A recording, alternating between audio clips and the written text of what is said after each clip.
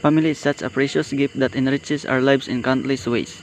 They are the ones who love and support us unconditionally.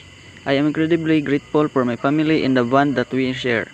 They are always there for me through the ups and downs, providing a sense of comfort and security. Their presence brings warmth and joy to my life. Family is a source of strength and encouragement. They believe in us, inspire us, and push us to reach our full potential.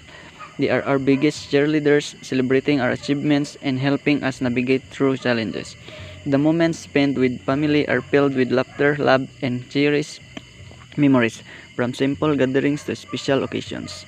Each moment shared with them is a treasure. The love and connection we have with our family members create a sense of belonging and a deep sense of happiness. Family supports us in times of need, offering a helping hand and listening ear.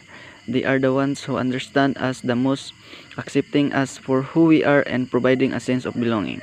In the journey of life, family is a constant presence, offering guidance and wisdom. They teach us valuable lessons and instill in us important values that shape our character. I am truly grateful for my family and the love they shower upon me.